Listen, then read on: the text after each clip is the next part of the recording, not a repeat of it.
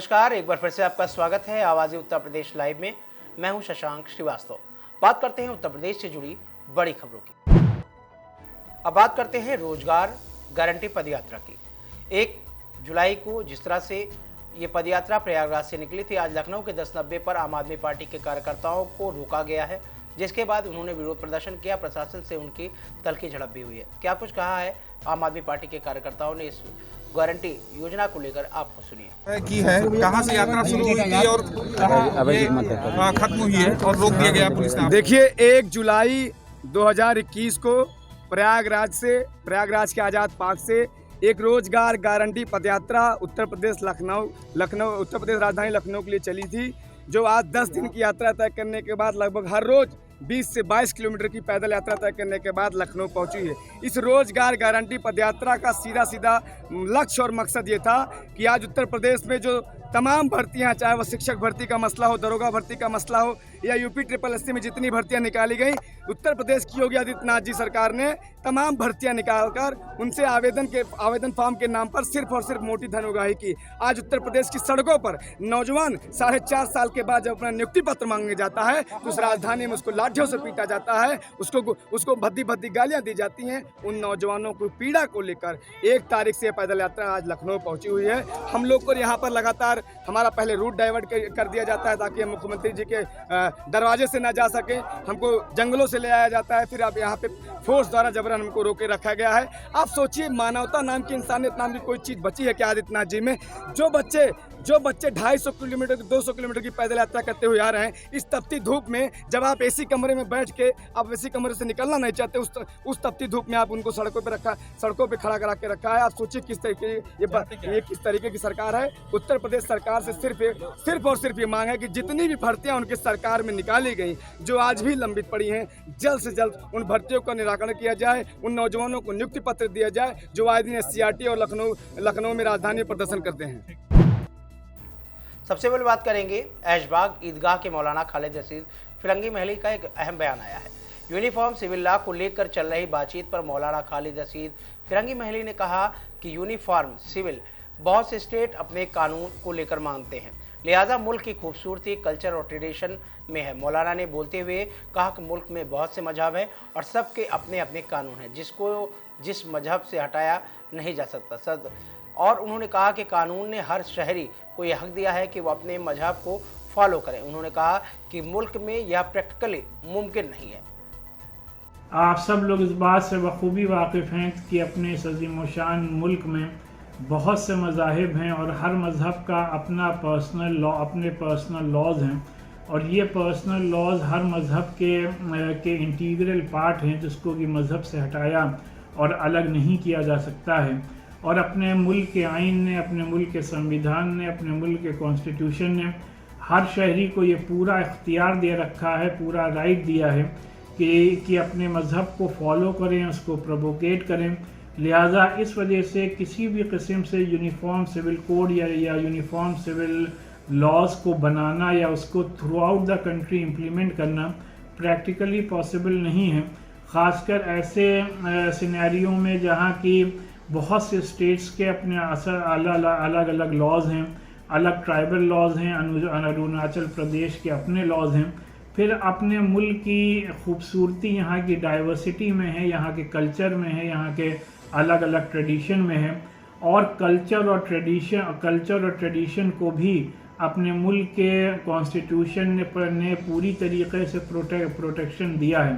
इस वजह से किसी भी किस्म से यूनिफॉर्म सिविल कोड पर की कोशिश करना या यूनिफॉर्म सिविल कोड पर कोई डिबेट करना, हम नहीं समझते कि कोई भी फ्रूटफुल रिजल्ट यील्ड करेगा। इस वजह से जिस तरीके से तमाम लोगों को अपने अपने पर्सनल लॉज पर अमल करने का हक़ और इख्तियार है, वही हक़ और इख्तियार हमेशा बाकी रहना चाहिए। उत्तर प्रदेश में जिला पंचायत के चुनाव में और ब्लॉक प्रमुखों के चुनाव में योगी सरकार ने लोकतंत्र की धज्जियां उड़ाकर रख दी। विपक्ष का आरोप, अपहरण, हत्या, फर्जी मुकदमे, बहनों की साड़ी तक खींची जा रही है। ऐसा लगता है कि सत्ता के लिए बीजेपी के लोग भेड़िए बन गए। यह आरोप है।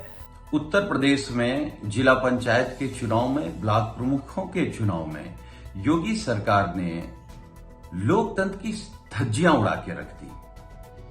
अपहरण, हत्या, फर्जी मुकदमे, बहनों की साड़ियां खींची जा रही हैं। ऐसा लगता है कि सत्ता के लिए भारतीय जनता पार्टी के लोग भेड़िए बन गए हों और इन भेड़ियों का वध 2022 में उत्तर प्रदेश की सम्मानित जनता करेगी। जनसंख्या नियंत्रण कानून को लेकर वसीम रिजवी का एक बयान सामने आया, जिसमें उन्होंने क्या कुछ कहा है, आपको सुनिए। जिस तरह से हिंदुस्तान में जनसंख्या बढ़ रही है, ये हिंदुस्तान की बहुत बड़ी परेशानी है। जनसंख्या नियंत्रण कानून हिंदुस्तान की एक जरूरत है जो जल्द से जल्द बन जाना चाहिए। लेकिन जब इस कानून को बनाने की बात होती है तो कुछ मुसलमानों की राजनीति करने वाली सियासी पार्टियां आड़े आती हैं, या फिर कुछ कट्टरपंथी वो मुल्ला सामने आते हैं जो कि जनसंख्या बढ़ाने में किसी ना किसी तरह की कोई साजिश कर रहे हैं हिंदुस्तान के लिए। हिंदुस्तान में मुसलमानों की आबादी कुकुर मुत्ते की तरह बढ़ रही है, इसको रोकना होगा। हिंदुस्तान सब धर्मों का है, चाहे वो जिस धर्म से ताल्लुक रखता हो। हिंदुस्तान की मोहब्बत और हिंदुस्तान की तरक्की के लिए इन सारी बातों पर अमल करना जरूरी है। वहीं दूसरी तरफ सरकार के अल्पसंख्यक कल्याण मंत्री मोहसिन रजा का भी एक बयान आया, जिसमें उनका जनसंख्या नियंत्रण कानून के विषय में हमारी सरकार जनता से राय ले रही है। जनता की राय के बाद, जनता की सिफारिशों के बाद हम जरूर इस कानून को लाएंगे। देखिए, जनसंख्या नियंत्रण कानून को लेकर उत्तर प्रदेश विधि आयोग ने एक मसौदा तैयार किया है, क्योंकि ये हम जनता के हितों के लिए हमारा एक प्रयास है कि जनसंख्या नियंत्रण हो तो हम अपनी सरकार की योजनाएं, उसका लाभ जनता तक आसानी से पहुंचा सकते हैं, क्योंकि हर परिवार संपन्न हो, उनके आने वाली जनरेशन आगे बढ़े, देश की मुख्य धारा और प्रदेश की मुख्य धारा से जुड़े। जनसंख्या नियंत्रण कानून पर बोले सुफियान निजामी। उन्होंने कहा, जनसंख्या नियंत्रण कानून के बाद ड्राफ्ट पर विचार करना चाहिए। यह ड्राफ्ट महज एक चुनावी स्टंट है। जनसंख्या नियंत्रण यूपी का नहीं, देश का मसला है। यह ड्राफ्ट 22 के चुनाव के मद्देनजर पेश किया जा रहा, आवाम को गुमराह करने वाला है। यह ड्राफ्ट कानून केंद्र के लेवल पर होना चाहिए। देखिए, जनसंख्या नियंत्रण कानून पर जो ड्राफ्ट पेश किया गया है, ये ड्राफ्ट वाकई में फिर से एक चुनावी स्टंट के तौर पर उसको देखा जाना चाहिए, इसलिए कि एक हिंदुस्तानी जिसको थोड़ा बहुत भी इल्म होगा वो इस बात का इल्म रखेगा कि जनसंख्या नियंत्रण का जो कानून है वो सिर्फ सूबा उत्तर प्रदेश का मसला नहीं है, बल्कि पूरे हिंदुस्तान का मसला है। और इसको सिर्फ और सिर्फ 2022 के चुनावी नताइज को और चुनावी अपने फ़ायदे को मद्देनज़र रखते हुए जिस तरीके से पेश किया जा रहा है, ये सिर्फ और सिर्फ आवाम को गुमराह करने के लिए पेश किया जा रहा है। क्योंकि जो सरकार पर जिम्मेदारियां आयद होती हैं, जब आप उन तमाम जिम्मेदारियों को हल करने में फेल हो जाते हैं, तो फिर आप इस तरीके के मुद्दे तलाश करते हैं जो मुद्दे आवाम के अंदर उनको गुमराह कर सकें, उनके अंदर एक तरीके का भ्रम पैदा कर सकें, और कहीं ना कहीं फिर से वही एक हिंदू मुस्लिम की पॉलिटिक्स प्रदेश में फिर से की जा सके। इसलिए मेरा ये मानना है कि अगर वाकई में जनसंख्या पर कोई कानून सरकार का मंशा या इरादा है तो फिर उसको केंद्र के लेवल पर होना चाहिए।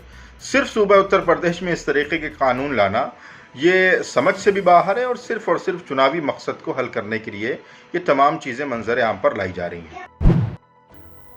सवीनगर ब्लॉक के बाहर समाजवादी पार्टी के कार्यकर्ताओं ने किया हंगामा। ब्लॉक में चल रही वोटिंग को लेकर धांधली का लगाया आरोप। सैकड़ों की तादाद में पहुंचे समाजवादी पार्टी के कार्यकर्ताओं ने किया हंगामा। भारी पुलिस बल मौके पर मौजूद। यूपी के रायबरेली गुरबख्शगंज थाना क्षेत्र के पुराई गांव में पुरानी रंजिश के चलते दबंगों ने पड़ोसी पर हमला बोल दिया। बेटे की पीटने की सूचना मिलते ही मां बाप बचाने के लिए मौके पर पहुंचे तो दबंगों ने उन पर भी फावड़े लाठी डंडों से हमला कर दिया। इस बीच शोर शराबा सुनकर आसपास के ग्रामीण मौके पर पहुंचे तो हमलावर वहां से फरार हो गए। मामले की सूचना तत्काल पुलिस को दी गई। मौके पर पहुंची पुलिस ने घायलों को इलाज के लिए CHC जतुआ टप्पा पहुंचाया, जहां पर मौजूद चिकित्सकों ने घायलों को प्राथमिक इलाज कर उन्हें जिला अस्पताल रेफर कर दिया। राहत की बात यह है कि चिकित्सक ने सभी के हालात स्थिर होने की बात बताई है। क्या हुआ आपके परिवार के साथ? मेरे परिवार के साथ लड़ाई मार झगड़ा हुआ है और मैं अपनी ससुराल में थी। किसने लड़ाई की है? ये गुड्डू मेरा भाई है, इनसे झगड़ा हो रहा था। किसने लड़ाई की आपके परिवार से? आपके राम सजीवन ने। राम सजीवन, लखन और ठाकुर भी शामिल थे इसमें। ये कहाँ के रहने वाले हैं? कोरई के पड़ोस के रहने वाले। वो नक्कू का लड़का था और दिनेश का लड़का था। ये सब लोगों ने लाठी से मारा और एक लोग फड़ुआ लेकर आए, वो फावड़ा मार दिया। सर अभी घायल अवस्था में 2-3 लोग को लाया गया है। क्या पोजीशन है, कहाँ से आए हैं ये? परशुराम, गुड्डू और कलावती। परशुराम 60 साल, गुड्डू 30 साल, कलावती 55 साल।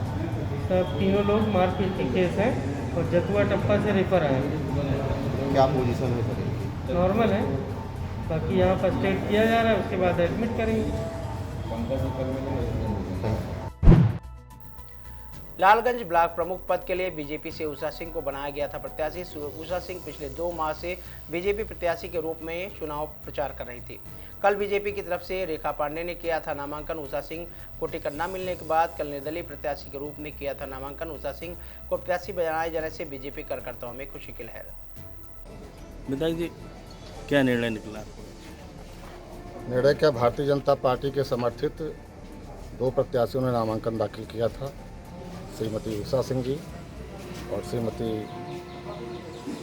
रेखा पांडे। और पार्टी के शीर्ष नेतृत्व ने तय किया कि आप लोग, पार्टी एक परिवार है, आप लोग मिल बैठ करके, जिला अध्यक्ष सारे पदाधिकारी बैठ करके तय करें, एक प्रत्याशी चुनाव मैदान में लड़ना चाहिए ताकि विरोधियों के मंसूबे सफल न हो पाए।